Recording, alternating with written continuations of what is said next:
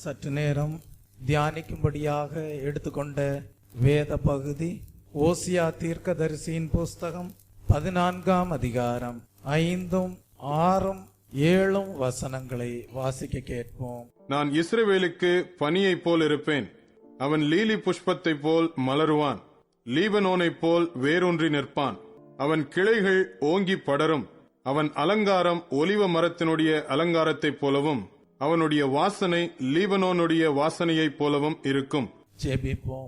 அன்பும் மகா கிருபையும் இரக்கமும் நிறைந்த நேசமுள்ள நல்ல தகப்பனே, உம்மை நன்றியுள்ள இருதயத்தோடு ஸ்தோத்தரிக்கிறேன். இந்த ஓய்வு நாளின் காலை வேளையிலே தியானிக்கும்படியாக கொடுத்த வசனத்திற்காக ஸ்தோத்திரம். இந்த வசனத்தின் மூலமாக எங்களுக்கு தேவரீர் வெளிப்படுத்துகிற சத்தியங்கள் இயேசுவே உம்மை பின்பற்றுகிற தேவ ஜனங்களுக்கு ஆசீர்வாதமாக காணப்பட கர்த்ததாமே அனுகிரகம் செய்தருளும். இயேசு கிறிஸ்துவின் இன்ப நாமத்தில் ஜெபிக்கிறேன் பிதாவே, ஆமென். கர்த்தருடைய நாமத்திற்கு மகிமை உண்டாவதாக.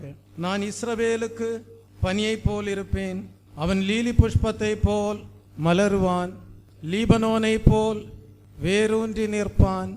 அவன் கிளைகள் ஓங்கி படரும், அவன் அலங்காரம் ஒலிவ மரத்தினுடைய அலங்காரத்தை போலவும், அவனுடைய வாசனை லீபனோனுடைய வாசனையை போலவும் இருக்கும். கர்த்தருடைய நாமத்திற்கு மகிமை உண்டாவதாக. இந்த வசனங்களை கடந்த சில வாரங்களாக தியானிக்க தேவன் நமக்கு கிருபை செய்தார். இந்த வசனம் எழுத்தின்படியான இஸ்ரவேல் ஜனங்களுக்கு ஆசீர்வாதமாக வாக்குத்தத்தமாக கொடுக்கப்பட்டது.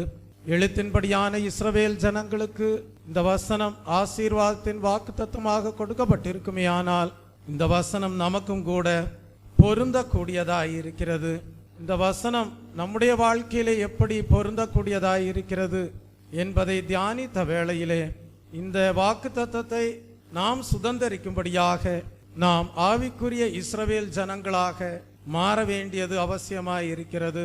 நாம் எப்படி ஆவிக்குரிய இஸ்ரவேல் ஜனங்களாக மாறுகிறோம் என்பதை குறித்து கடந்த வாரத்திலேயும் தியானிக்க தேவன் நமக்கு கிருபை செய்தார். அப்படி தியானித்த வேளையிலே நாம் ஒரு சத்தியத்தை தியானித்தோம். ஆதியிலே ஆதாமும் ஏவாளும் தேவன் புசிக்க கூடாது என்று சொன்ன விருட்சத்தின் கனியை, நன்மை தீமை அறியத்தக்க விருட்சத்தின் கனியை என்றைக்கு புசித்தார்களோ அன்றைக்கே தேவன் அவர்களுக்குள்ளாக கொடுத்த நல்ல இருதயத்தை அவர்கள் இழந்து போனார்கள்.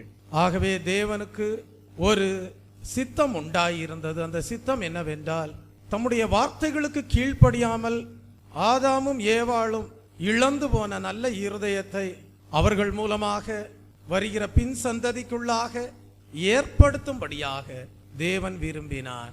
அந்த நல்ல ஒரு இருதயத்தை ஆதாம் ஏவாளிலிருந்து உருவாகி வருகிற பின் சந்ததிக்குள்ளாக ஏற்படுத்தும்படியாக பரலோக பிதாவாகிய தேவன், பரிசுத்த தேவன் தம்முடைய ஒரே பேரான குமாரனை இந்த உலகத்திற்கு ஒப்பு கொடுத்தார். அப்படியே இயேசு கிறிஸ்து இந்த உலகத்திலே வந்தார், நமக்காக இரத்தம் சிந்தினார். யார் இயேசு கிறிஸ்துவின் கிருபாதார பலியை ஏற்றுக்கொள்கிறார்களோ அவர்களுக்குள்ளாக நல்ல இருதயத்தை கொடுக்கிறார். இன்றைக்கு யாரெல்லாம் இயேசு கிறிஸ்துவை சொந்த இரட்சகராக ஏற்றுக்கொண்டு எங்களுடைய வாழ்க்கையிலே தேவன் பாவங்களை மன்னித்திருக்கிறார் என்கிற நல்மனசாட்சியோடு காணப்படுகிறார்களோ அவர்களுக்குள்ளே தேவன் இரட்சிப்பை ஏற்படுத்தி இருக்கிறார். அந்த இரட்சிப்பு எப்படி வெளிப்படுகிறது என்றால், நல்ல இருதயமாக அவர்களுடைய வாழ்க்கையிலே அது ஏற்படுத்தப்பட்டு, நல்ல இருதயம் உள்ள மனுஷன் தன்னுடைய இருதயத்திலிருந்து நல்ல பொக்கிஷங்களை எடுத்து காட்டுவான் என்று சொல்லப்பட்டிருக்கிறது. அந்த வேத வசனத்திற்கு இணங்க இரட்சிப்பை அடைந்த மனிதன் கிறிஸ்து இயேசுவின் அடிச்சுவடுகளை பின்பற்றி நல்ல பொக்கிஷங்களை வெளிப்படுத்துகிறான், தேவ சாயலை வெளிப்படுத்துகிறான், தேவனுடைய மகிமையை வெளிப்படுத்துகிறான். அப்படி இரட்சிக்கப்பட்ட தேவ ஜனங்கள் நல்ல இருதயத்தை பெற்றுக்கொள்வதற்கு முன்பு எப்படி காணப்பட்டார்களாம்? வேதம் சொல்லுகிறது, காட்டு ஒலிவ மரங்களாக காணப்பட்டார்களாம். ஆனால் தேவன் என்ன செய்தார்? இனி நீ காட்டு ஒலிவ மரமாக இருக்கக்கூடாது, இனி நீ கசப்பான பழங்களை கொடுக்க கூடாது, இனி நீ புளிப்புள்ள பழங்களை கொடுக்க கூடாது, இனி நீ நல்ல கனிகள் இல்லாமல் இலை தழைகளோடு மாத்திரம் நிற்கக்கூடாது.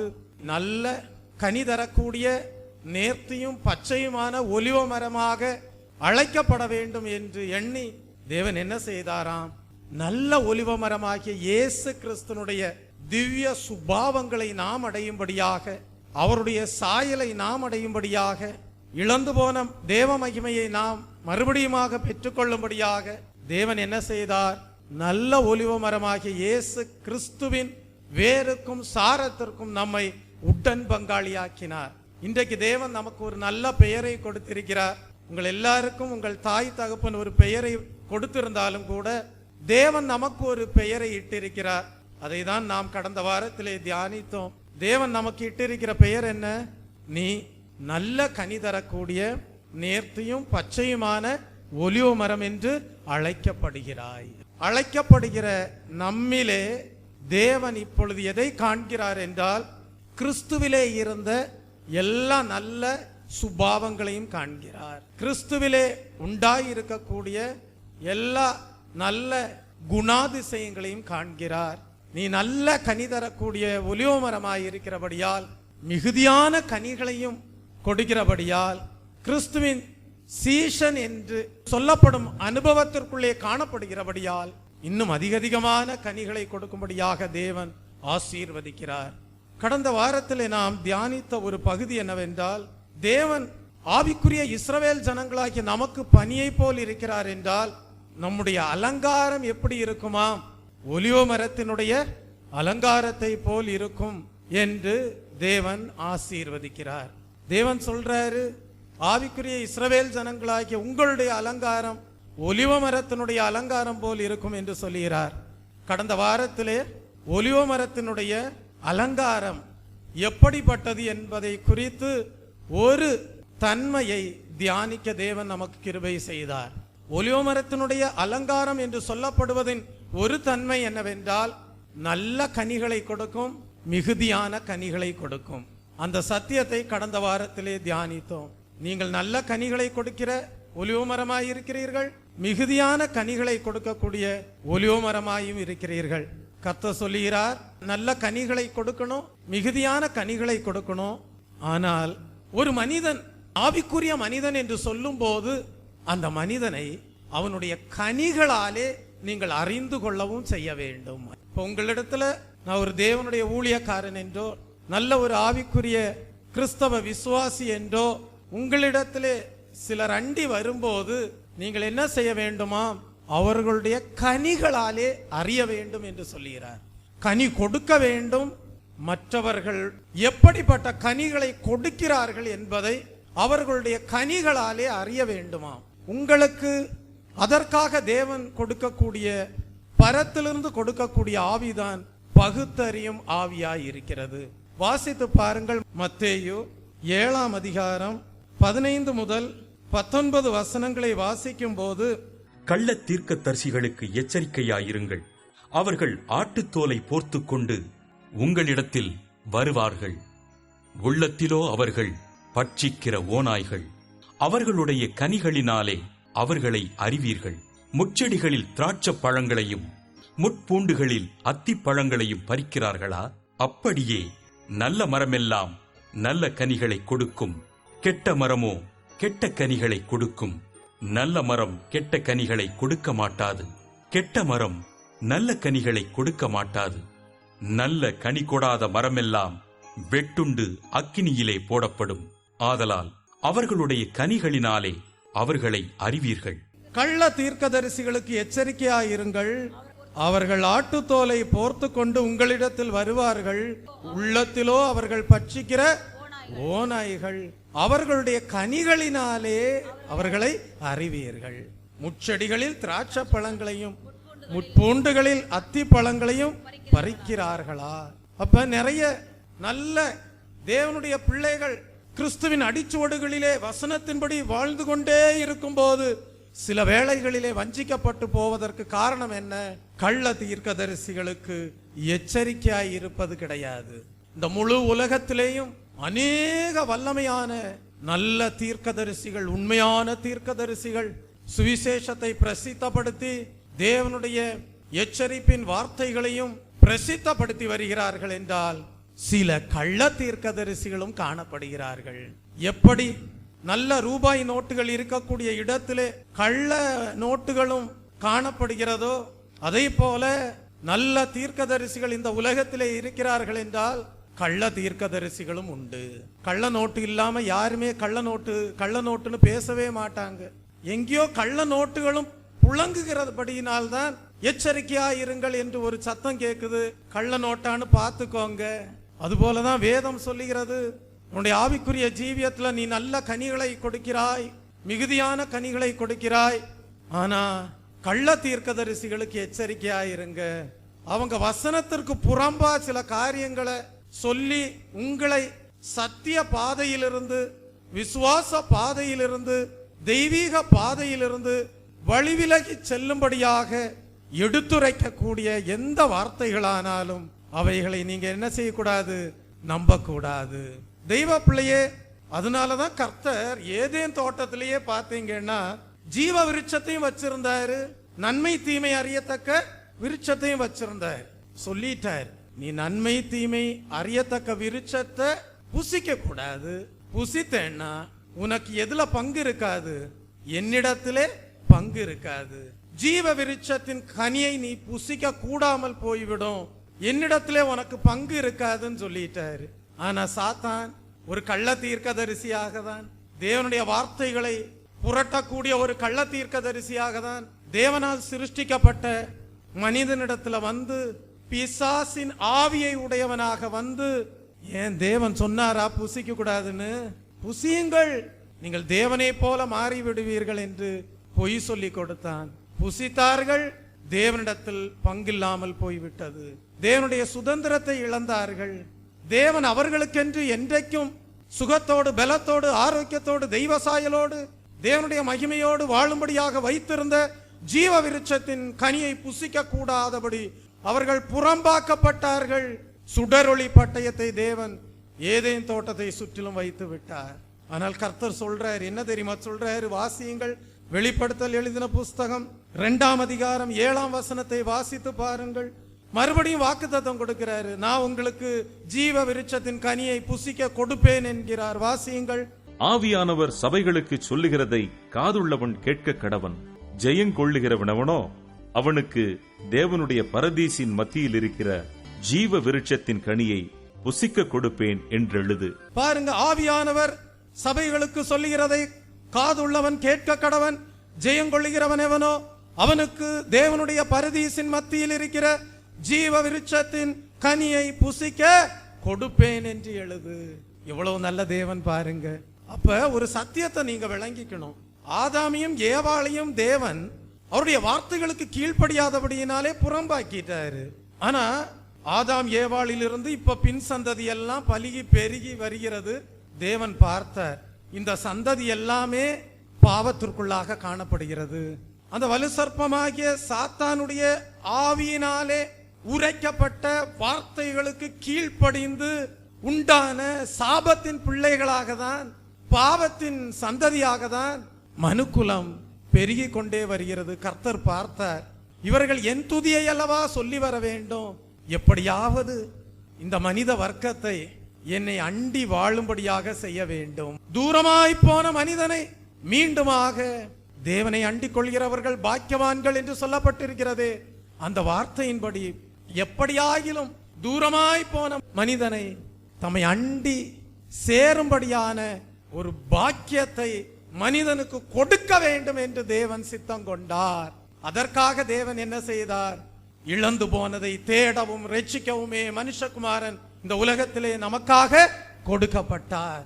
ஜீவ விருட்சத்தின் கனியை புசிக்க கூடிய பாக்கியத்தை இழந்து போனார். அந்த இழந்து போன பாக்கியத்தை மனிதனுக்கு மீண்டும் கொடுக்க வேண்டும். அதற்காக மனிதனுக்குள்ளாக என்ன உண்டாக வேண்டும் என்றால், தேவனை தைரியத்தோடு கிட்டி சேரும்படியான ஒரு கிருபை உண்டாயிருக்க வேண்டும். தேவனுக்கு ஒரு திட்டம் இருந்தது. என்னன்னா, விழுந்து போன மனிதன் மீண்டுமாக அந்த தேவ சமூகத்திலே உண்டாயிருக்கக்கூடிய ஜீவ விருட்சத்தை புசிக்க வேண்டும். அவன் நலமாய் வாழ்ந்திருக்க வேண்டும். அவனிலே இருக்கக்கூடிய சாபங்கள் நீங்க வேண்டும். அவனிலே இருக்கக்கூடிய பாவங்கள் நீங்க வேண்டும் என்கிற ஒரு திட்டம் தேவனிலே காணப்பட்டது. அதற்காக தேவன் சொல்றாரு, ஜெயங்கொள்ளுகிறவன் எவனோ.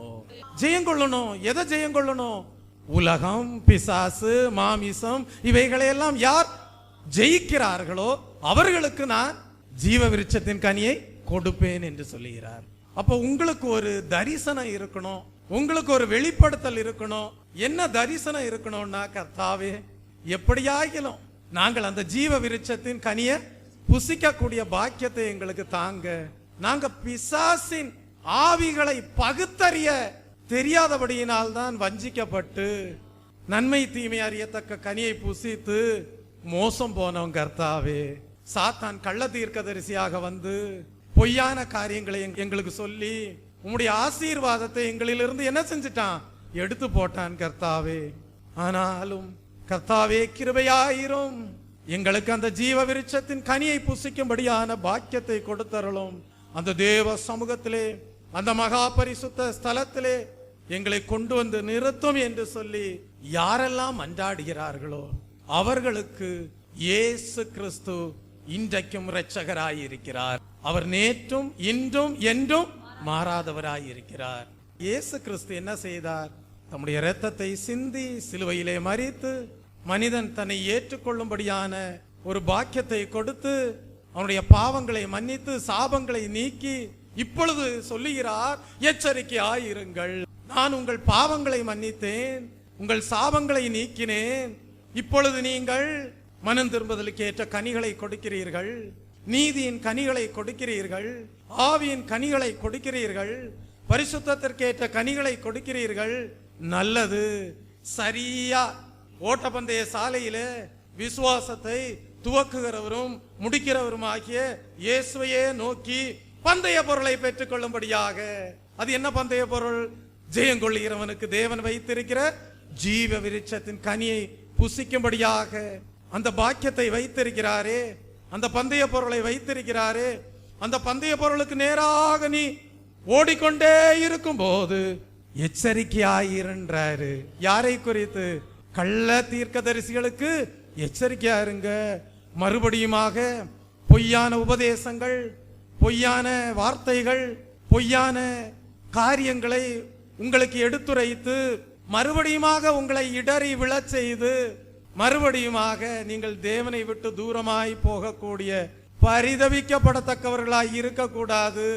உங்க கண்களுக்கு முன்பாக என்ன இருக்கணும்னா, அந்த ஜீவ விருட்சத்தின் கனியை நான் புசிப்பேன். கண்களை பதிய வைப்போ கர்த்தராம் இயேசுவின் மேல், கடந்ததை மறந்திடுவோ,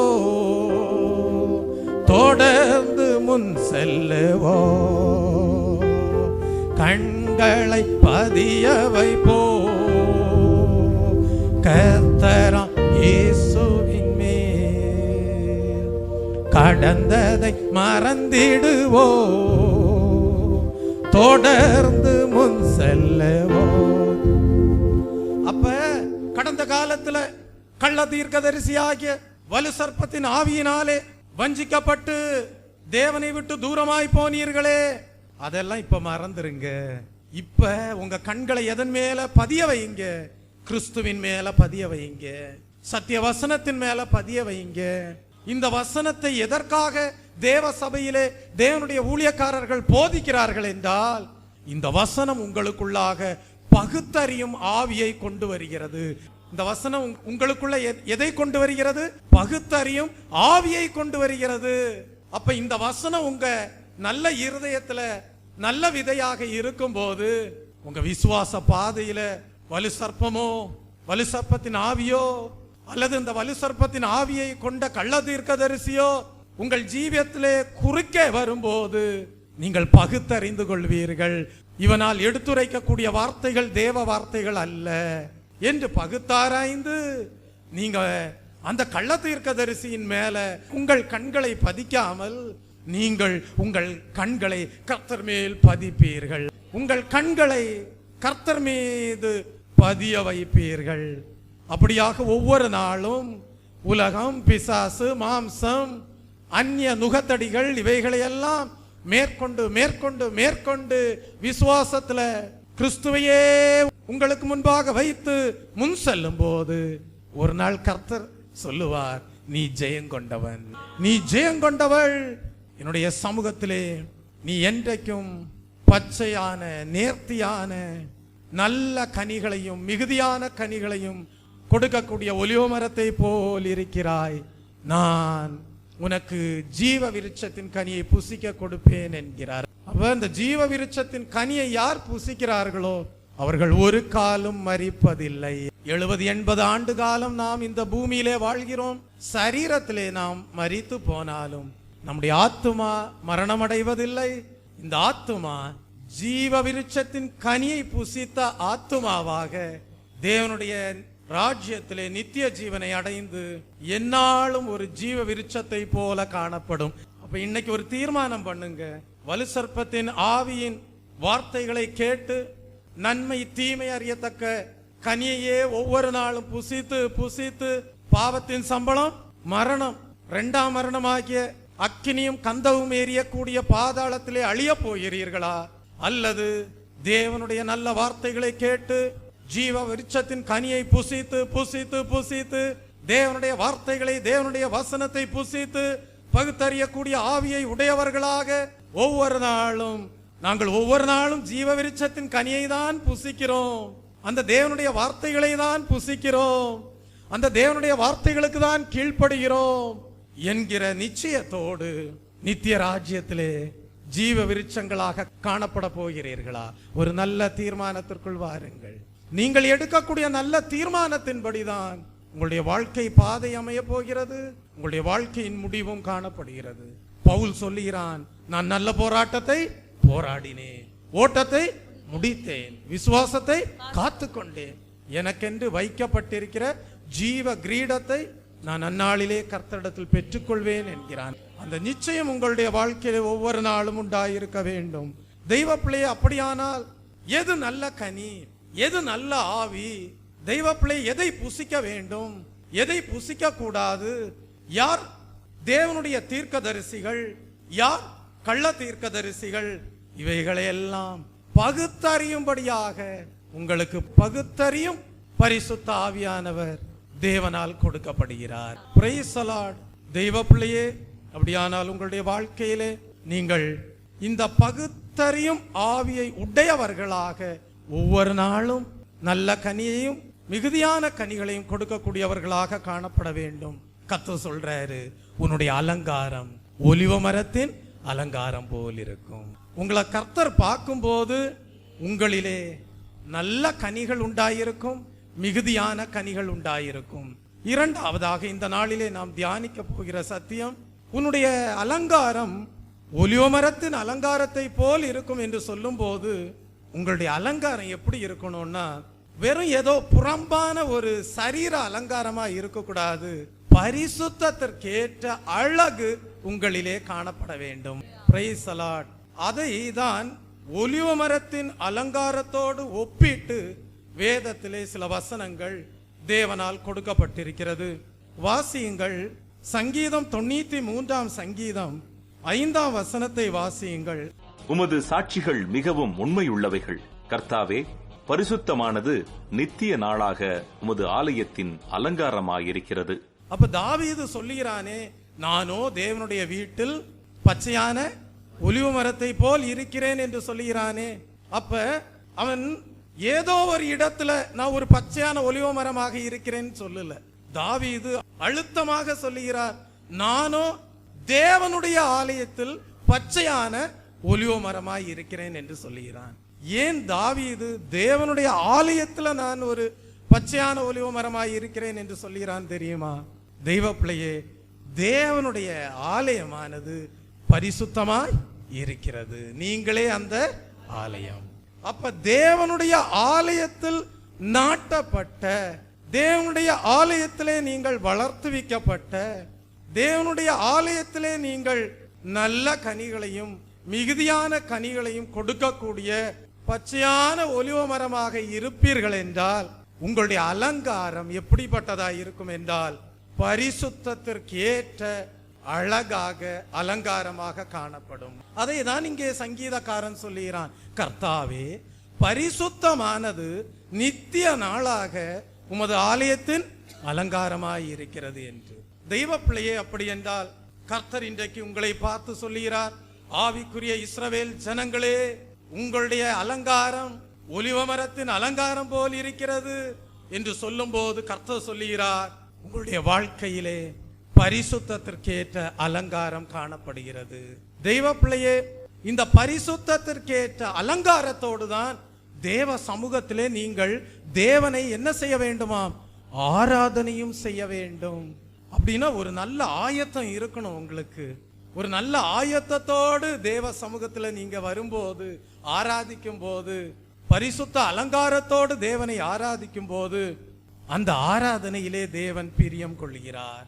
ஆகவேதான் 1 நாளாகமம் எழுதின புஸ்தகம் 16ஆம் அதிகாரம் 29ஆம் வசனத்திலே வாசிக்கிறோம், பரிசுத்த அலங்காரத்துடனே கர்த்தரை தொழுது கொள்ளுங்கள். அப்ப நீங்க உங்களுக்கு விருப்பமான விதத்துல, நீங்கள் விரும்புகிற எண்ணத்தோடு சிந்தனையோடு என்னை தொழுது கொள்ளுங்கள் என்று தேவன் சொல்லவில்லை. என்னவென்று சொல்லுகிறார்? பரிசுத்த அலங்காரத்தோடு கர்த்தரை தொழுது கொள்ளுங்கள். The beauty of holiness. தெய்வ பிள்ளையே, வேதத்திலே நீங்கள் அநேக இடத்திலே சியோன் என்கிற வார்த்தையை படித்திருப்பீர்கள். சியோன் என்று சொல்லப்படுகிறது நித்திய ராஜ்யத்திலே நாம் ஆராதிக்கக்கூடிய இடமாக காணப்படுகிறது. அது ஒரு மேன்மையான இடமாக காணப்படுகிறது. அது தேவனுடைய ஊழியக்காரர்கள் சென்றடையக்கூடிய இடமாக காணப்படுகிறது. அதே போல நித்திய ராஜ்யத்திலே புதிய எருசலேம் என்று ஒரு இடம் காணப்படுகிறது. அங்கே அபிஷேகம் பண்ணப்பட்ட தேவனுடைய பிள்ளைகள், விசுவாசிகள் அங்கே தேவனை ஆராதிக்க கூடியவர்களாக காணப்படுவார்கள். அப்ப நம்ம நித்திய ராஜ்யத்துல தேவனை ஆராதிக்க வேண்டியவர்களாய் இருக்கிறோம் என்றால், பரலோகத்தில் செய்யப்படுவது போல பூலோகத்திலும் செய்யப்படுவதாக என்று சொன்னாரே, பரலோகத்தில் நாம் தேவனை ஆராதிக்க வேண்டியவர்களாய் இருக்கிறபடியால் அதற்கு நிழலாக நாம் இன்றைக்கு சுவாசமுள்ள நாட்களிலே தேவனுடைய ரட்சிப்பை அடைந்தவர்களாக, நல்ல ஒலிவமரமாகிய கிறிஸ்துவின் வேருக்கும் சாரத்திற்கும் உடன் பங்காளிகளாக காணப்பட்டு பரிசுத்த அலங்காரத்தோட நாம் தேவனுடைய ஆலயத்திலே, ஜெப வீட்டிலே, சியோனிலே தேவனை ஆராதித்து மகிமைப்படுத்த வேண்டும். பரலோக ராஜ்யத்திலே நித்தியத்திலே சியோன் காணப்படுகிறது என்றால் அதற்கு நிழலாக இன்றைக்கு தேவன் அவருடைய சபையை, ஜெப வீட்டை இந்த பூமியிலே ஸ்தாபித்து சியோனிலே தேவ சந்நிதியிலே உங்களை கொண்டு வந்து பரிசுத்த அலங்காரத்தோடு தேவனை ஆராதிக்கும்படியாக செய்கிறார். ஏசாயா தீர்க்கதரிசியின் புஸ்தகம் 14ஆம் அதிகாரம் 13ஆம் வசனத்தை வாசிக்கும் போது, வடபுறங்களில் உள்ள ஆராதனை கூட்டத்தின் பர்வதம் என்று அழைக்கப்படுவதை பார்க்கிறோம். சியோன் எப்படிப்பட்டதாம்? வடபுறங்களில் உள்ள ஆராதனை கூட்டத்தின் பர்வதம் என்று அழைக்கப்படுகிறது. தெய்வ பிள்ளையே, அப்படி என்றால் இந்த பூமியில நம்ம ஜீவிக்கும் போதுதானே நாம் கரங்களை உயர்த்தி ஆராதிக்கிறோம், நாம் எழும்பி நின்று ஆராதிக்கிறோம், நாம் முழங்கார்படியிட்டு ஆராதிக்கிறோம், ஓசையுள்ள கைத்தாளங்களோடு தேவனை துதித்து மகிமைப்படுத்துகிறோம். ஆனால் தேவன் எதிர்பார்க்கக்கூடிய ஒரு ஆராதனை என்ன தெரியுமா? தேவனை தொழுது கொள்கிறவர்கள் ஆவியோடும் உண்மையோடும் தொழுது கொள்கிறார்கள். 1 கொரிந்தியரின் புஸ்தகம் 6ஆம் அதிகாரம் 20ஆம் வசனத்திலே படிக்கிறோம், நம்முடைய ஆவியினாலும் சரீரத்தினாலும் நாம் தேவனை என்ன செய்ய வேண்டும்? மகிமைப்படுத்த வேண்டும் என்று படிக்கிறோம். ஆவியை அர்ப்பணித்து யார் தேவனை மகிமைப்படுத்துகிறார்களோ அவர்களுடைய ஆராதனை எப்படி இருக்கும்னா பரிசுத்த அலங்காரத்தோடு செய்கிற ஆராதனையாய் இருக்கும். அப்படின்னா இன்னைக்கு ஒரு சத்தியத்தை உங்களுக்கு வெளிப்படுத்த தேவன் கிருபை செய்வாராக. யோவானுக்கு எழுதின புஸ்தகம் 4ஆம் அதிகாரம் 23ஆம் வசனத்திலே படிக்கிறோம், உண்மையாய் தொழுது கொள்கிறவர்கள் பிதாவை ஆவியோடும் உண்மையோடும் தொழுது கொள்ளும் காலம் வரும், அது இப்பொழுதே வந்திருக்கிறது. தம்மை தொழுது கொள்கிறவர்கள் இப்படிப்பட்டவர்களாய் இருக்கும்படி பிதாவானவர் விரும்புகிறார் என்று படிக்கிறோம். அப்ப பிதாவாகிய தேவன் விரும்புகிற ஒரு ஆராதனை உண்டு. அந்த ஆராதனை என்ன? நீங்கள் தேவனை ஆராதிக்கும் போது ஆவியோடும் ஆராதிக்கணும், உண்மையோடும் ஆராதிக்கணும். தேவன் கொடுத்த நல்ல இருதயத்தையும் பாதுகாத்து கொள்ளணும், ஆவியோடும் ஆராதிக்கணும். அப்ப இன்னைக்கு நான் உங்களுக்கு விளங்க வைக்கக்கூடிய ஒரு சத்தியம் என்னவென்றால், ஆவியோடு தேவனை ஆராதிக்கிற அனுபவம் எப்படிப்பட்டது என்பதை தான் விளங்க வைக்கும்படியாக தேவ சமூகத்திலே காணப்படுகிறேன். தெய்வ பிள்ளையே, ஆவியோடு தேவனை தொழுது கொள்வது எப்படி? வாசியுங்கள். சங்கீதம் 103 சங்கீதம் 1 வசனத்தை வாசிக்கும் போது, என் ஆத்துமாவே கர்த்தரை ஸ்தோத்தரி, என் முழு உள்ளமே அவருடைய பரிசுத்த நாமத்தை ஸ்தோத்தரி என்று சொல்லுகிறான். ஆங்கில மொழி பெயர்ப்பின்படி என் முழு உள்ளமே என்று சொல்லப்படுகிறது. அதற்கு ஆங்கிலத்தில் என்ன சொல்லப்பட்டிருக்கிறது? All that is within me என்றுதான் தாவீது எடுத்துரைக்கிறான். அதாவது தனக்குள் உள்ள சகலத்தையும் தேவனை தொழுது கொள்ளும்படியாக அழைக்கிறார். சிலர் ஆராதிக்கும் போது எப்படி ஆராதிப்பாங்க தெரியுமா? இந்த வாயினால ஆராதிப்பாங்க. ஆனா தாவீது சொல்லுகிறார், தன்னுடைய சரீர மண்டலத்தில் இருக்கக்கூடிய அனைத்து அவயவங்களையும் அழைத்து சொல்லுகிறார், all that is within me, என் ஆத்மாவே கர்த்தரை ஸ்தோத்தரி, என் முழு உள்ளமே. தன்னுடைய ஜீவியத்தில் உள்ள அனைத்தையும் அழைத்து சொல்லுகிறார், நீ கர்த்தரை ஸ்தோத்தரி. அப்படி ஆராதிக்கிற ஆராதனை தான் ஆவியில் ஆராதிக்கிற ஆராதனை. அப்படி ஆவியிலே ஆராதிக்கிற ஆராதனை தான் பரிசுத்த அலங்காரத்தோடு ஆராதிக்கிற ஆராதனை. ஒரு மனுஷன் சாதாரண மாம்சீக மனுஷனாய் இருப்பானே ஆனால், மாம்சீக கிரியைகள், மாம்சீக சுபாவங்கள், மாம்சீக எண்ணங்கள், மாம்சீக உணர்வுகள், மாம்சீக சிந்தனைகளோடு ஒரு மனிதன் தேவ சமூகத்திலே இருப்பானே ஆனால், அவன் தன்னுடைய சரீரத்தில் உள்ள எல்லா மண்டலத்தையும் அழைத்து, என் முழு உள்ளமே அவருடைய பரிசுத்த நாமத்தை ஸ்தோத்தரி, என் ஆத்துமாவை இப்ப நீ ஸ்தோத்தரின்னு சொல்ல முடியாது. அறிந்து கொள்ள வேண்டிய சத்தியம், ஆவியிலே ஆராதிப்பது என்று சொல்வதுதான் பரிசுத்த அலங்காரத்தோடு ஆராதிக்கிற அனுபவம். ஆனால் ஆவி சொல்லுது, என்ன சொல்லுது? என் முழு உள்ளமே கர்த்தரை ஸ்தோத்தரின்னு சொல்லும் போது, உங்க சரீர மண்டலத்தில் இருக்கிற ஒவ்வொன்றும் ஒவ்வொரு காரியங்களிலே சிக்குண்டு இருக்கிறபடியால், கட்டப்பட்டு இருக்கிறபடியால், அடிமைப்பட்டு இருக்கிறபடியால், அந்நிய நுகத்திலே காணப்படுகிறபடியால், ஆவியோடும் உண்மையோடும் பிதாவாகிய தேவனை தொழுது கொள்ளும்படியாக அது வாஞ்சிப்பதில்லை. ஆனால் ஆவி இழுக்குது. ஆவி என்ன செய்யுது? இழுத்து இழுத்து பார்க்குது. கண்ணே, சிந்தனை மண்டலமே, கைகளே, இருதயமே என்று இழுக்கிறது. ஆனால் உங்களுடைய ஆவிக்குரிய மண்டலம், சரீர மண்டலம், ஆத்ம மண்டலங்களோ ஒத்துழைப்பு கொடுப்பதில்லை. இன்னைக்கு ஒரு நல்ல தீர்மானம் பண்ணுங்க. இன்றைக்கு ஒரு தீர்மானம் பண்ணுங்க. என் கைகளுக்கு ஒரு உடன்படிக்கையை ஏற்படுத்த போகிறேன், என் கால்களுக்கு ஒரு உடன்படிக்கையை ஏற்படுத்த போகிறேன், என் சரீரத்தில் இருக்கிற ஒவ்வொரு அவயவங்களுக்கும் ஒரு உடன்படிக்கையை தேவனோடு ஏற்படுத்த போகிறேன்.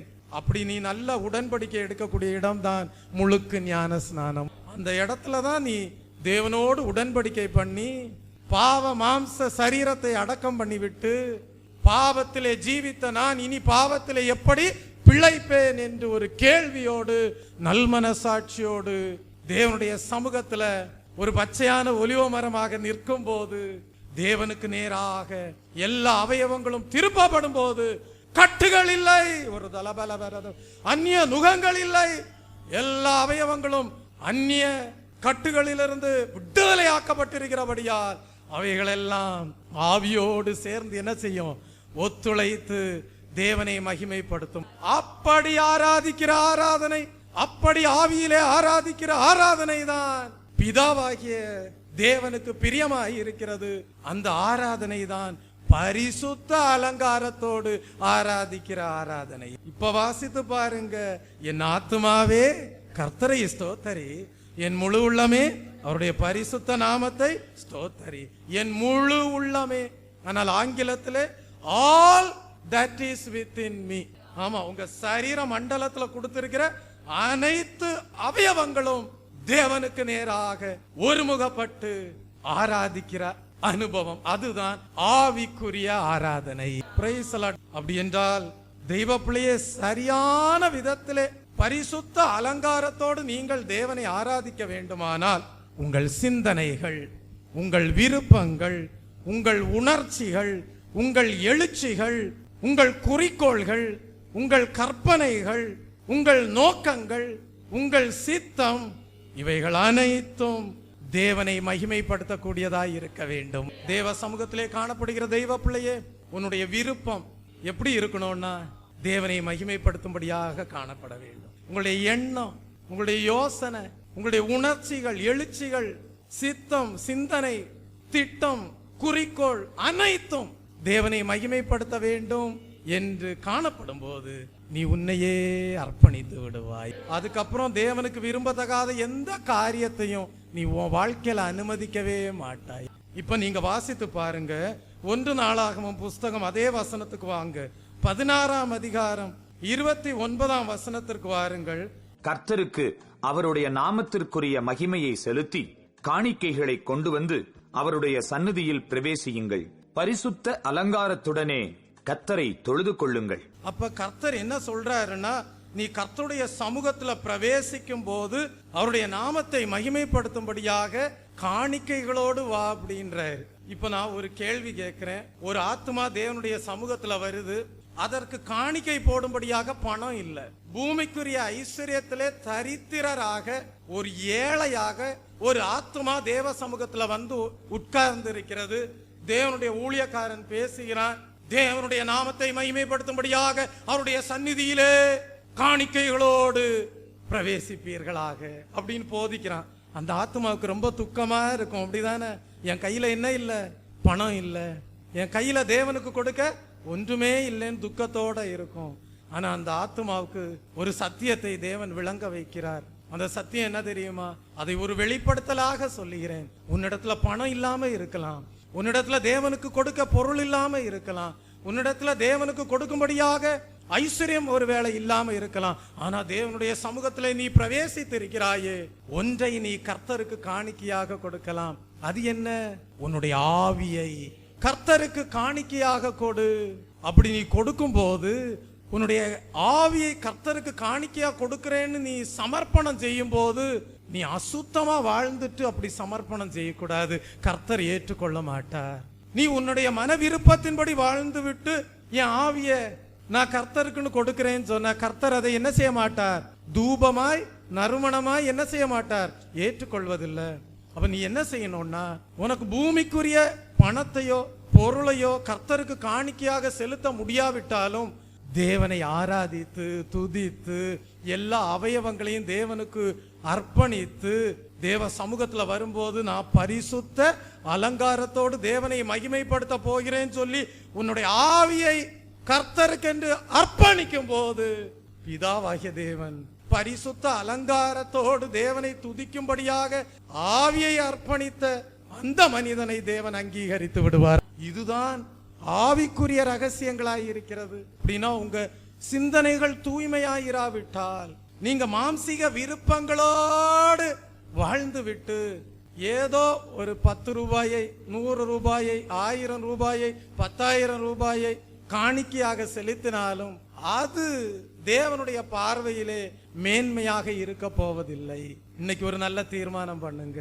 தேவனுக்கென்று நீங்கள் செய்யலாம், தேவனுக்கென்று நீங்கள் பணத்தை காணிக்கையாக செலுத்தலாம், பொருளை காணிக்கையாக செலுத்தலாம், அதெல்லாம் நல்லதுதான். ஆனால் அவைகளையெல்லாம் செலுத்திவிட்டு நீங்கள் உங்கள் சிந்தனை மண்டலத்தை கரைப்படுத்தி மாம்சீக பிரகாரமாக தேவனுக்கு விரும்பாத வாழ்க்கையெல்லாம் வாழ்ந்துவிட்டு தேவனுடைய சமூகத்துல வந்து தேவனை ஆராதிப்பீர்கள் என்றால் அது புத்தியுள்ள ஆராதனை ஆயிராது, அது ஆவிக்குரிய ஆராதனை ஆயிராது, அது பரிசுத்த அலங்காரத்தோட ஆராதிக்கிற ஆராதனை ஆயிராது.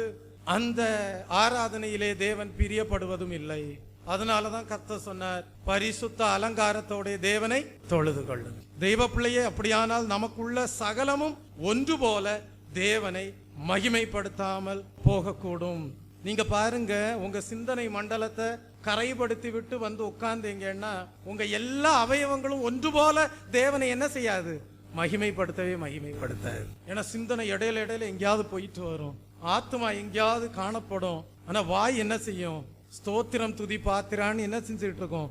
பாடிக்கிட்டு இருக்கோம். கர்த்தர் என்ன சொல்றாருன்னா, பரிசுத்த அலங்காரத்தோட தேவனை தொழுது கொள்வது என்று சொல்லுவது, ஆவிக்குள் தேவனை ஆராதிப்பது என்று சொல்லுவது நமக்குள் இருக்கிற அனைத்தும் ஒன்று போல தேவனை மகிமைப்படுத்தக்கூடிய அனுபவம். Praise the Lord.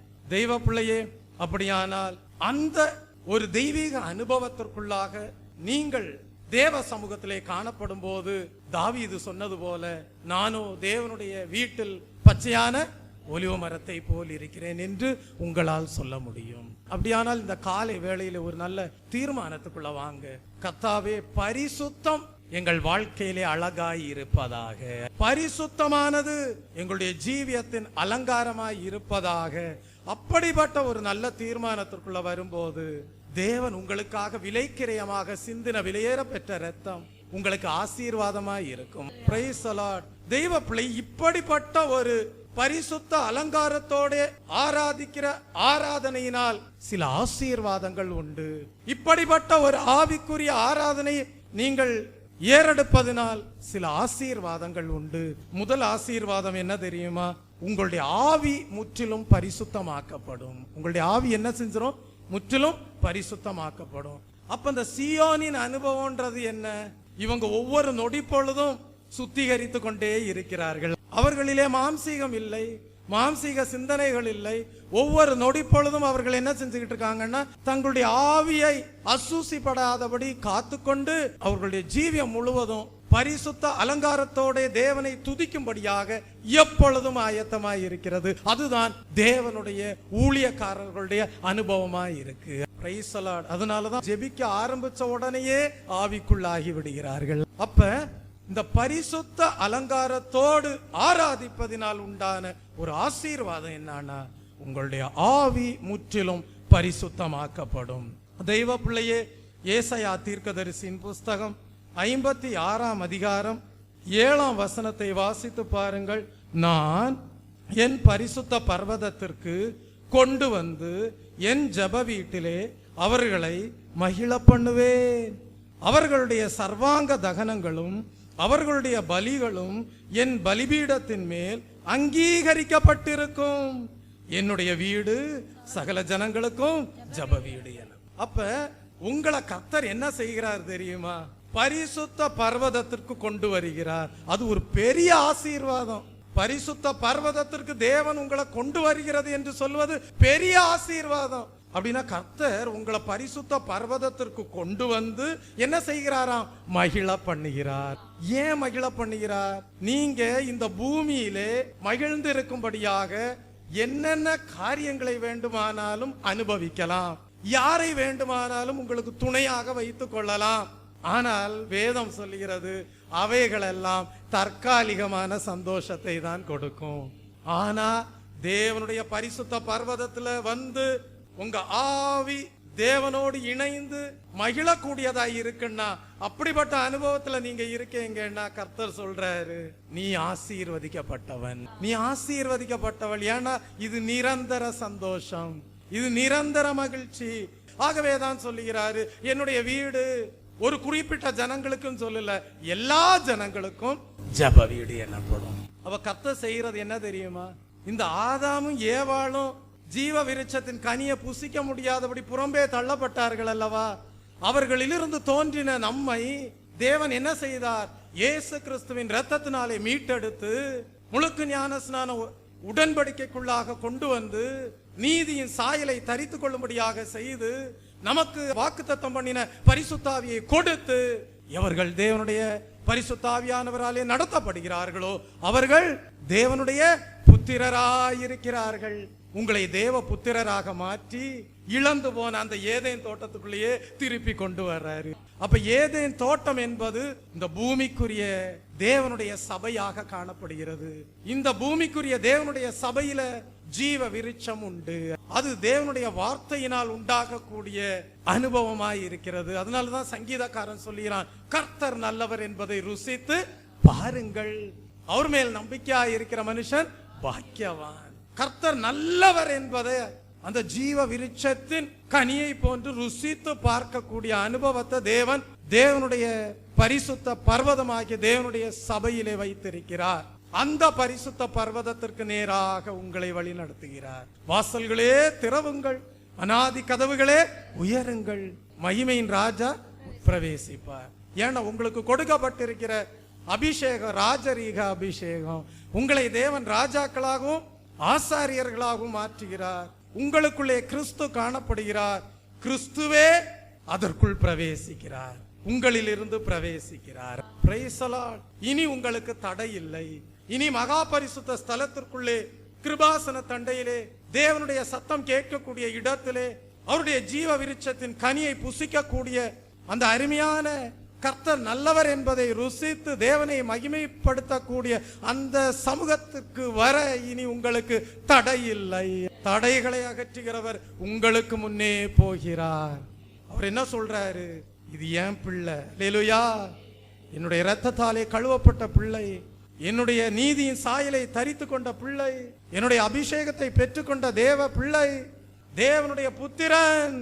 அவனுக்கு நான் தேவ சமூகத்திலே ஜீவ விருட்சத்தின் கனியை கொடுக்கிறேன். இந்த ஓய்வு நாளின் காலை வேளையிலே ஜீவ விருட்சத்தின் கனியை புசித்துக் கொண்டிருக்கிறவர்கள் ஒரு அல்லேலூயா சொல்லுங்க பாப்போம். இன்றைக்கு உங்களால் சொல்ல முடிகிறது, கர்த்தர் நல்லவர் என்பதை நாங்கள் ருசித்து பார்க்கிறோம். அவர் மேல் நம்பிக்கையாய் இருக்கிறோம், பாக்கியவான்களாய் இருக்கிறோம். நல்லவர் நல்லவர் நல்லவர் நல்லவர் இயேசு நல்லவர். நாங்கள் இங்கே பாடும் எங்கள் இயேசு நல்லவர். நல்லவர் நல்லவர் நல்லவர் நல்லவர் இயேசு நல்லவர். நாங்கள் இங்கே பாடும் எங்கள் இயேசு நல்லவர். நல்லவர் நல்லவர் நல்லவர் நல்லவர் இயேசு நல்லவர். நாங்கள் இங்கே பாடும் எங்கள் இயேசு நல்லவர். உண்மை தெய்வம் இவர், உலகை ரட்சிப்பவர், நன்மை செய்தே இவர், நாடெங்கும் சுற்றியவர், நானிலத்தோர்க்கு நன்மைகள் செய்த நல்லவர். இயேசு நானிலத்தோர்க்கு நன்மைகள் செய்த நல்லவர். இயேசு நல்லவர், இயேசு நல்லவர், இயேசு நல்லவர், இயேசு நல்லவர், இயேசு நல்லவர், இயேசு நல்லவர், இயேசு நல்லவர், இயேசு நல்லவர். நல்லவர் நல்லவர் நல்லவர் நல்லவர் இயேசு நல்லவர். நாங்கள் இங்கே பாடும் எங்கள் இயேசு நல்லவர். அப்படியானால் நீங்கள் இன்றைக்கு வீற்றிருக்கக்கூடிய பரிசுத்த பர்வதமாகிய இந்த ஜெப வீடு சீயோனாய் இருக்கிறது. கர்த்தர் சொல்றாரு, அவர்களை நான் என்னுடைய பரிசுத்த பர்வதமாகிய சீயோனிலே ஜெப வீட்டிலே கொண்டு வந்து மகிழ பண்ணுவேன். இங்கே மகிழ்கிறோம், ஆவியிலே மகிழ்கிறோம். அதற்கு என்ன செய்யணும்னா, நீங்க இன்னைக்கு கேட்ட சத்தியத்தின்படி உங்களுடைய முழு உள்ளத்திற்கும் உங்களுடைய சகல அவயவங்களுக்கும் ஒரு அழைப்பை கொடுக்க வேண்டும். என்ன அழைப்பு கொடுக்கணும்? பரிசுத்த அலங்காரத்தோடு தொழுது கொள்ளும்படியாக அவயவங்களே ஒத்துழைப்பு கொடுங்கள் என்று சொல்லி அழைப்பை கொடுத்து வசனத்தின்படி நடக்கும்படியாக அந்த அவயவங்களுக்கெல்லாம் நீங்கள் பயிற்சி கொடுக்க வேண்டும். அதற்காக தான் தேவன் பரிசுத்த ஆவியை கொடுக்கிறார். தேவனுடைய பரிசுத்த ஆவியை கொடுக்கும் போது வேதம் சொல்லுகிறது, சத்திய ஆவியாகிய அவர் வரும்போது சகல சத்தியத்திற்குள்ளும் உங்களை நடத்துவார். அப்ப அந்த சத்திய ஆவியாகிய தேற்றரவாளன் உங்களுக்குள்ளே வரும்போது அந்த தேற்றரவாளன் உங்களுடைய ஆவியோடு இணைந்து உங்கள் முழு சரீர மண்டலத்தையும் தேவனுக்கென்று கட்டுப்பாட்டிற்குள் கொண்டு வந்து என்ன செய்வார் என்றால் தேவனை ஆராதித்து மகிழச் செய்கிறார். Praise the Lord. இது ஒரு தெய்வீக அனுபவமாய் இருக்கிறது. அப்ப நீங்க இன்னைக்கு எப்படி இருக்கீங்கன்னா, நடமாடக்கூடிய தேவனுடைய ஆலயமாய் இருக்கிறீர்கள். அப்ப நீங்க ஜீவனுள்ள தேவனுடைய ஆலயமாய் இருக்கிறீர்கள். தேவனுடைய ஆவியானவர் உங்களுக்குள்ளே வாசமாய் இருக்கிறார். அப்ப தேவனுடைய ஆவியானவர் உங்களுக்குள்ளே வாசமாய் இருக்கும் போது நீங்க கவனமாக உங்கள் ஜீவியத்தை செய்ய வேண்டும்.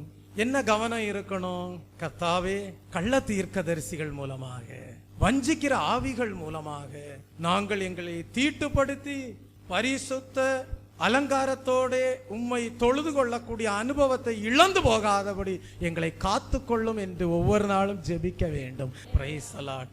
அப்படி ஜெபிப்பவர்கள் ஆவியிலே அனலாயிருப்பார்கள், விசுவாசத்தில் உறுதியாயிருப்பார்கள், கிறிஸ்துவின் வருகைக்குரிய நம்பிக்கைக்குரியவர்களாயிருப்பார்கள். அவர்கள்தான் பலத்தின் மேல் பலனடைந்து சியோனிலே தேவ சந்நிதியிலே காணப்படுவார்கள். நித்திய மகிழ்ச்சி அவர்கள் தலையின் மேல் இருக்கும். சஞ்சலங்கள் வருத்தங்கள் எல்லாம் ஓடி போகும். அப்படி என்றால் ஆவியிலே நீங்கள் தொடர்ச்சியாக தேவனை ஆராதித்துக் கொண்டே இருக்க வேண்டும், துதித்து மகிமைப்படுத்தி கொண்டே இருக்க வேண்டும். அப்படி மகிமைப்படுத்தி கொண்டே இருக்கும் போது உங்க அவயவங்களுக்கெல்லாம் வேற எந்த தேவையில்லாத தேவனுக்கு பிரியம் இல்லாத வேலைகளையும் கொடுக்காம என்ன செய்யறீங்க? தேவனை ஆராதிப்பதற்கென்றே உங்களுடைய அவயவங்களுக்கு நீங்கள் பயிற்சி கொடுப்பதினால் நீங்கள் எப்பொழுதும் பரிசுத்த அலங்காரத்தோடு தேவனை துதிக்கக்கூடியவர்களாய் இருப்பீர்கள். தெய்வ பிள்ளையே, ஒரு கேள்வி. ஏன் நம்முடைய ஆவி முற்றிலுமாக பரிசுத்தமாக்கப்பட வேண்டும்? நம்முடைய ஆவி ஏன் முற்றிலும் பரிசுத்தமாக்கப்பட வேண்டும் என்று ஒரு கேள்வி எழும்புகிறது அல்லவா?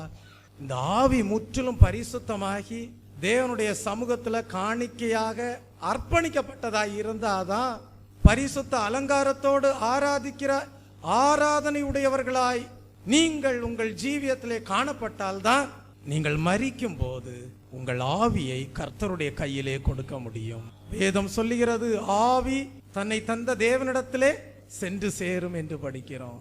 நல்லா தெரிஞ்சுக்கோங்க சகோதரியே, சகோதரனே, நன்றாக தெரிந்து கொள்ளுங்கள். உங்கள் எல்லாருக்கும் ஒரு மரண நாள் உண்டு. இந்த பூமியிலே நீங்கள் வாழப்போகிற நாட்கள் 70 வருடம், பலத்தின் மிகுதியால் 80 வருடம். எல்லாருக்கும் சரீரத்துல மரணம் அடையக்கூடிய ஒரு நாள் உண்டு. ஆனா உங்களுக்கு ஒரு நல்ல மனசாட்சி வேணும். என்ன தெரியுமா? நான் இந்த 70-80 ஆண்டுகள் ஆராதித்த தேவனுடைய கரங்கள் பரிசுத்த கரங்களாய் இருக்கிறது. அந்த பரிசுத்த கரங்களிலே என்னுடைய பரிசுத்தமாக்கப்பட்ட ஆவியை என்ன செய்கிறேன்? கொடுக்கிறேன். இயேசு கிறிஸ்து இந்த பூமியிலே மரித்த போது தம்முடைய ஆவியை பிதாவாகிய தேவனிடத்திலே ஒப்பு கொடுத்தார். வாசித்து பாருங்கள். லூக்கா எழுதின சுவிசேஷ புஸ்தகம் 23ஆம் அதிகாரம் 46ஆம் வசனத்தை வாசித்து பாருங்கள். கர்த்தராகிய இயேசு மரித்த போது, பிதாவே உம்முடைய கைகளில் என் ஆவியை ஒப்புவிக்கிறேன். வேற எதையும் ஒப்புவிக்கல. எதை ஒப்புவித்தார்? ஆவியை ஒப்புவித்தார். காரணம் என்ன தெரியுமா? ஆவி பரிசுத்தமுள்ள ஆவியாய் இருந்திருக்குமே, ஆனால் அவருடைய வாழ்க்கை முழுவதும் பரிசுத்தமாய் இருந்திருக்கும். அதனால அவர் தன்னுடைய ஆவியை பிதாவாகிய தேவனிடத்தில் ஒப்பு கொடுத்தார். அது மாத்திரமல்ல, இன்னொரு தேவ மனிதனை குறித்து வேதத்திலே படிக்கிறோம். அந்த தேவ மனிதனுடைய பேர் என்ன? ஸ்தேவான். ஸ்தேவானை கல்லெறிந்தார்கள். ஆனால் கல்லெறிந்த மனிதர்களை ஸ்தேவான் மரிக்கும் போது நோக்கி பார்க்கவில்லை. ஸ்தேவான் யாரை நோக்கி பார்த்தான்? பிதாவின் வலது பார்சத்தில் இயேசு கிறிஸ்து எழுந்து நிற்பதை கண்டான். உங்களுக்காக இயேசு கிறிஸ்து எழும்பி நிற்கணும். ஸ்தேவான் என்ன சொன்னான்? கர்த்தராகி இயேசுவே, என் ஆவியை ஏற்றுக்கொள்ளும், என் ஆவியை ஏற்றுக்கொள்ளும் என்று தொழுது கொண்டு நித்திரை அடைந்தான் என்று படிக்கிறோம்.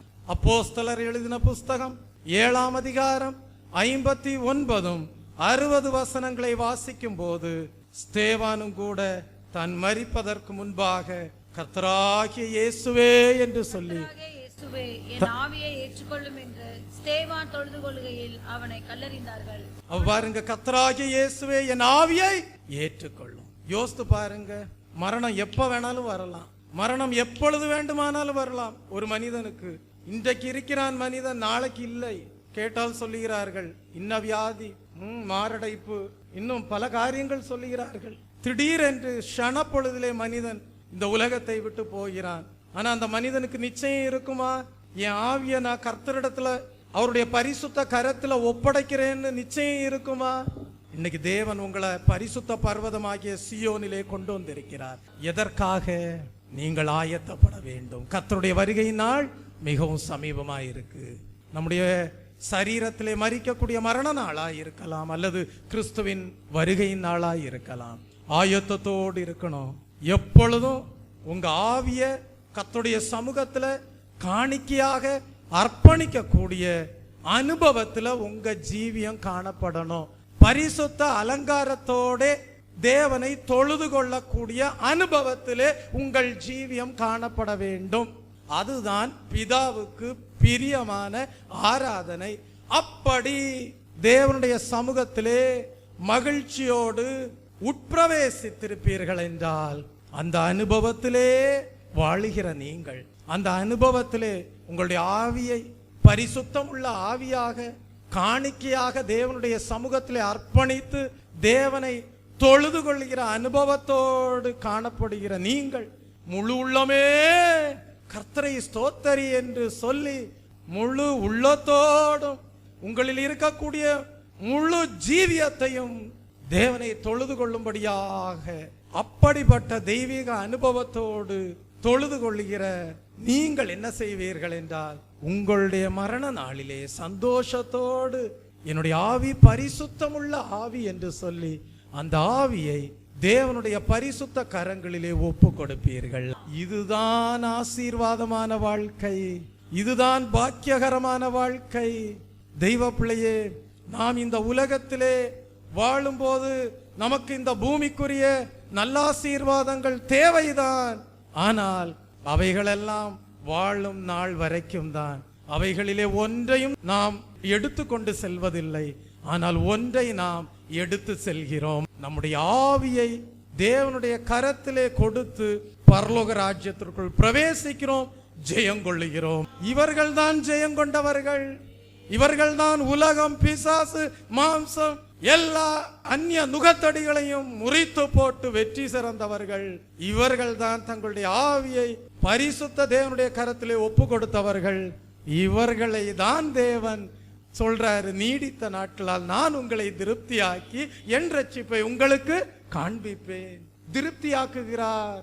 அந்த ரட்சிப்பை பூர்ணப்படுத்தி பரலோக ராஜ்யத்திலேயும் ஜீவ விருட்சமாக உங்களை நிறுத்தி ஜீவ விருட்சத்தின் கனியை புசிக்கும்படியாக கொடுத்து உங்களை எந்நாளும் நித்திய ஜீவனை சுதந்தரித்தவர்களாக மேன்மைப்படுத்துகிறார். நான் கிறிஸ்துவின் சாயலை அடைந்திருப்பேனே ஆனால், நான் கிறிஸ்துவின் சுபாவங்களை அடைந்திருப்பேனே ஆனால், நான் கிறிஸ்துவின் நல்ல குணாதிசயங்களை அடைந்து தேவனை உடையவனாயிருப்பேனே ஆனால், முழுமையாக தேவனை உடையவனாக நான் இருப்பேனே ஆனால், என்னுடைய ஆவி பரிசுத்தம் உள்ள ஆவியாய் இருக்கும். நான் ஜீவ விருட்சத்தின் கனியை புசிக்கிற அனுபவத்தோடு தேவ சந்நிதியிலே, ஜப வீட்டிலே, சியோனிலே காணப்படுவேன். நான் என்ன செய்வேன்?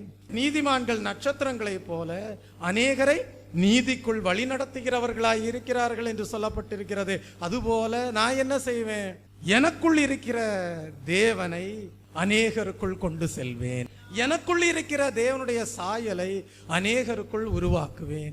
எனக்குள் இருக்கிற கிறிஸ்துவின் குணாதிசயங்களை அநேகருக்குள் உருவாக்குவேன். அதற்காக முதலாவது நான் பூர்ணமடைந்திருக்க வேண்டும், கிறிஸ்துவின் சாயலோடு காணப்பட வேண்டும். பின்பு தேவனுடைய ஜீவ விருட்சத்தின் கனியை புசிக்க வேண்டும் என்று வாஞ்சித்து கிறிஸ்துவை பின்பற்றுகிறவர்களுக்கும் நான் தேவனை என்ன செய்கிறேன் என்றால், அவர்களுக்குள்ளாக தேவனை உருவாக்குகிறேன்.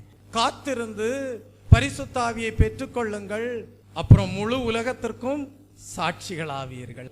நீங்க என்ன செய்யுங்க? புறப்பட்டு போங்க, சகல ஜாதிகளையும் சீஷராக்கி பிதா, குமாரன், பரிசுத்த ஆவியின் நாமத்தினாலே அவர்களுக்கு ஞான ஸ்நானம் கொடுங்க. அப்ப சீஷர் ஆக்குதல் என்று சொல்லுவது என்ன? நான் அடைந்த கிறிஸ்துவை, நான் அடைந்த தேவனை மற்றவர்களுக்கும் கொடுத்து கிறிஸ்துவின் சாயலை அடைய செய்கிறேன், கிறிஸ்துவின் குணாதிசயங்களை அடைய செய்கிறேன், பரிசுத்தமுள்ள அலங்காரத்தோடு தேவனை தொழுது கொள்ள செய்கிறேன். அப்புறம் அவங்க என்ன செய்யறாங்க? அவங்க பெற்ற அனுபவத்தை அவங்க சந்திக்கிறவங்களுக்கு என்ன செய்யறாங்க? சொல்றாங்க. அவங்களையும் கிறிஸ்துவின் சீஷர்களா மாற்றுறாங்க.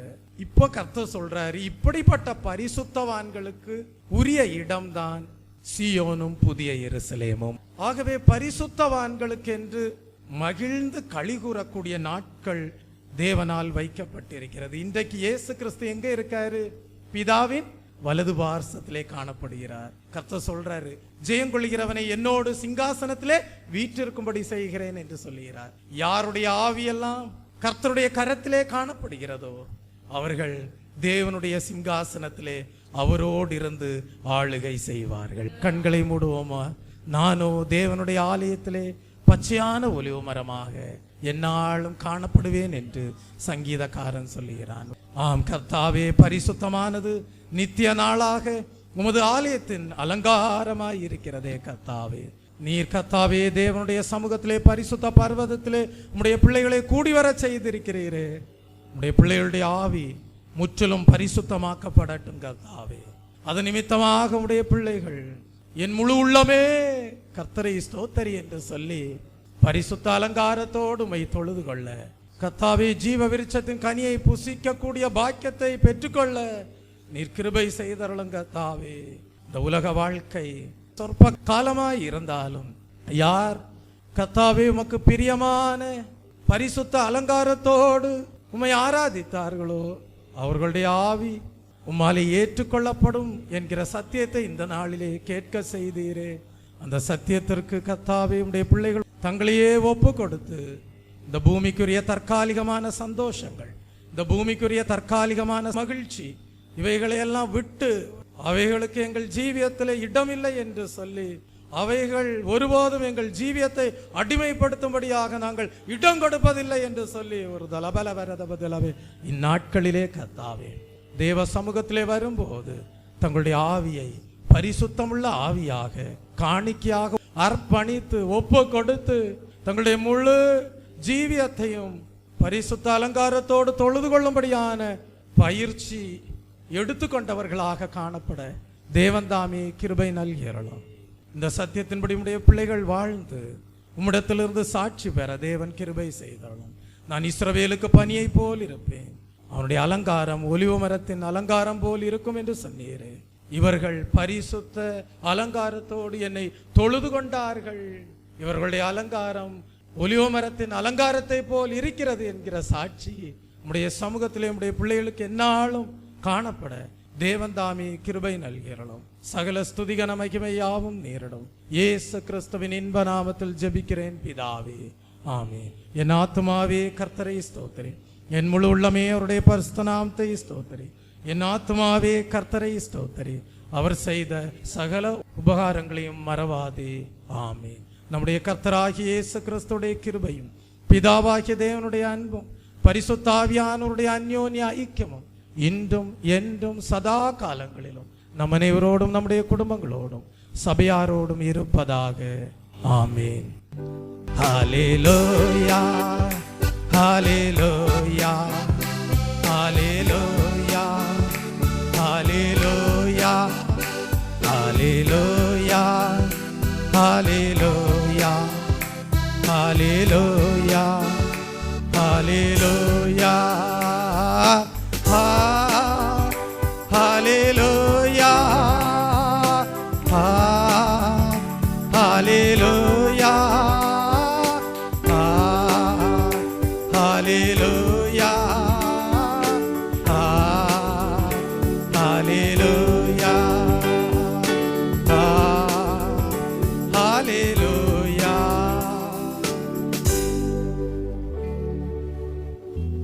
கர்த்ததாமே அவருடைய கரத்திலே, அவருடைய பரிசுத்த கரத்திலே உங்களுடைய ஆவி ஏற்றுக்கொள்ளப்பட வேண்டுமானால் உங்களுடைய ஆவி பரிசுத்தமானதாய் இருக்க வேண்டும்.